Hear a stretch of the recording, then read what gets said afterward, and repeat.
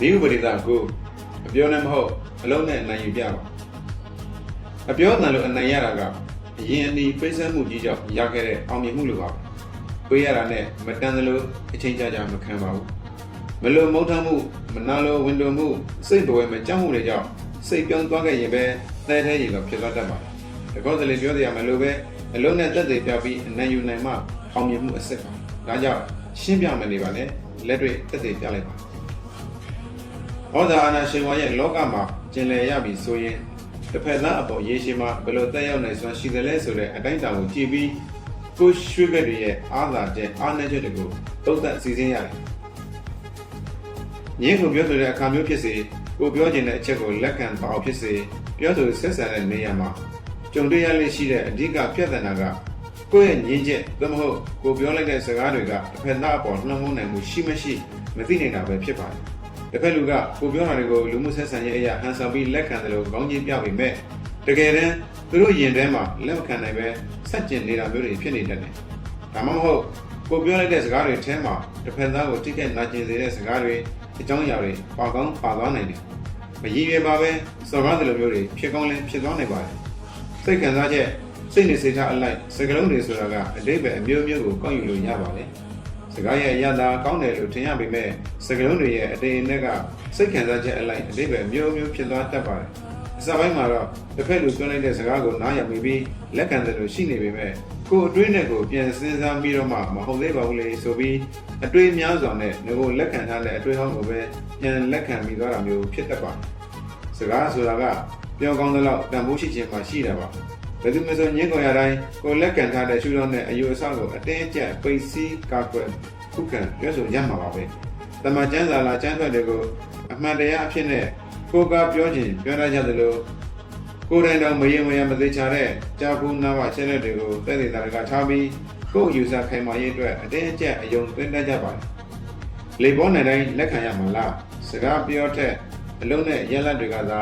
တကယ်တန်ဖိုးရှိပြီးဩဇာရှိတယ်ပါ။အလုံးနဲ့ရလတ်တွေကသာသင်္သာမြတ်သာရှိပါတယ်။တဲ့တဲ့တာကအစစ်ဖြစ်တယ်။အမှန်တရားဖြစ်တယ်။ရိုင်းပြစောကားတာမျိုးလည်းမဖြစ်ဘူး။ဒိမ့်ဘယ်တလဲကောင်းလို့လည်းမရဘူး။အရှိကိုအရှိတိုင်းအဖြစ်ကိုအဖြစ်တိုင်းပွင့်လင်းမြင်သာတယ်။တိကျသေချာတဲ့အလုံးရဲ့ရလတ်ကိုဘယ်သူမှညှင်းဆန်လို့မရပါဘူး။ Bad Exaggeration ပြောခဲ့တယ်လို့ပဲ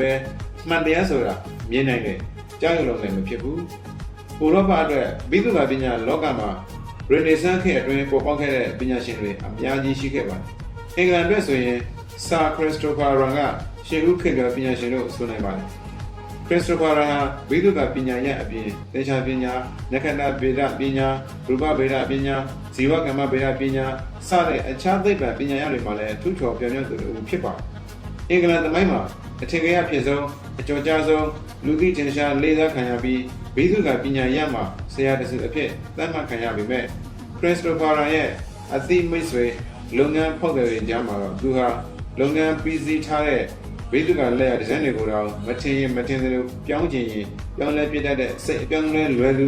စိတ်မငြိမ်တဲ့သူအဖြစ်လူသိများပါတယ်လူတွေရဲ့ကြားမှာသူ့လက်ရကိုဘလောက်ပဲဝေဖန်ပြောဆိုနေကြပါစေမကောင်းပြောနေရပါစေရုပ်စွာဆိုမဟုတ်တန်တရားစောစွဲပြောဆိုနေရပါစေ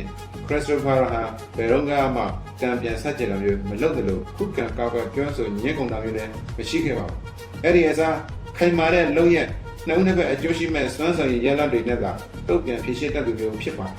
1688ခုနှစ်မှာ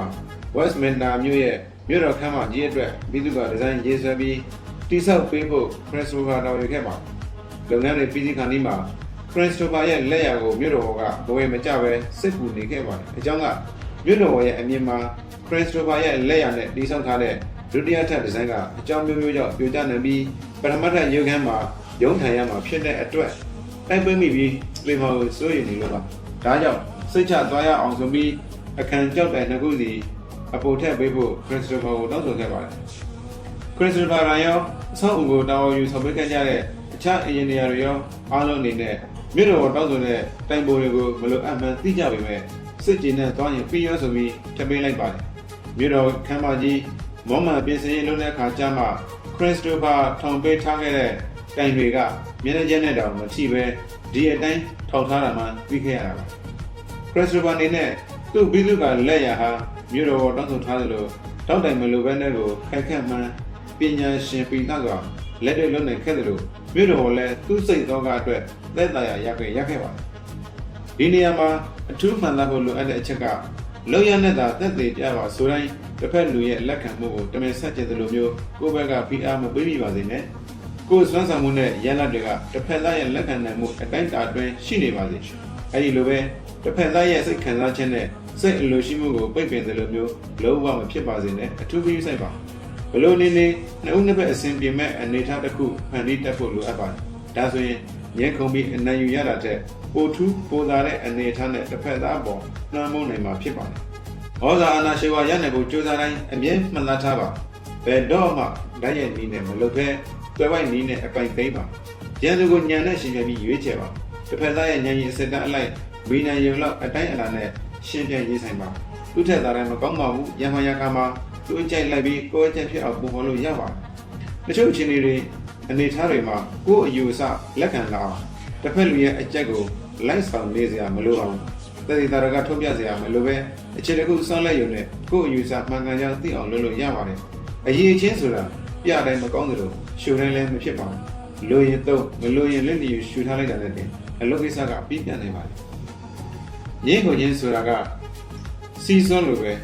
နှိမ့်လိုက်မြင့်လိုက်နဲ့ဘယ်တော့မှတမ်းမညီနေပါဘူးဒါကြောင့်စီစွန်းပေါ်ကနေဆင်းပြီးတောစရာမလိုပဲကန်းစရာမလိုပဲဒီအတိုင်းထားလိုက်ရုံနဲ့တစ်ဖက်စလုံးပြန့်သွားနိုင်ကြကိုလက်တွေ့တန်းကြီးပြလိုက်ပါဘယ်တော့မှမငြင်းပါနဲ့ဆွေးနွေးနေလို့အကျိုးမဖြစ်ပါဘူးရန်လာထွက်အောင်အရင်လုပ်ပြလိုက်ပါ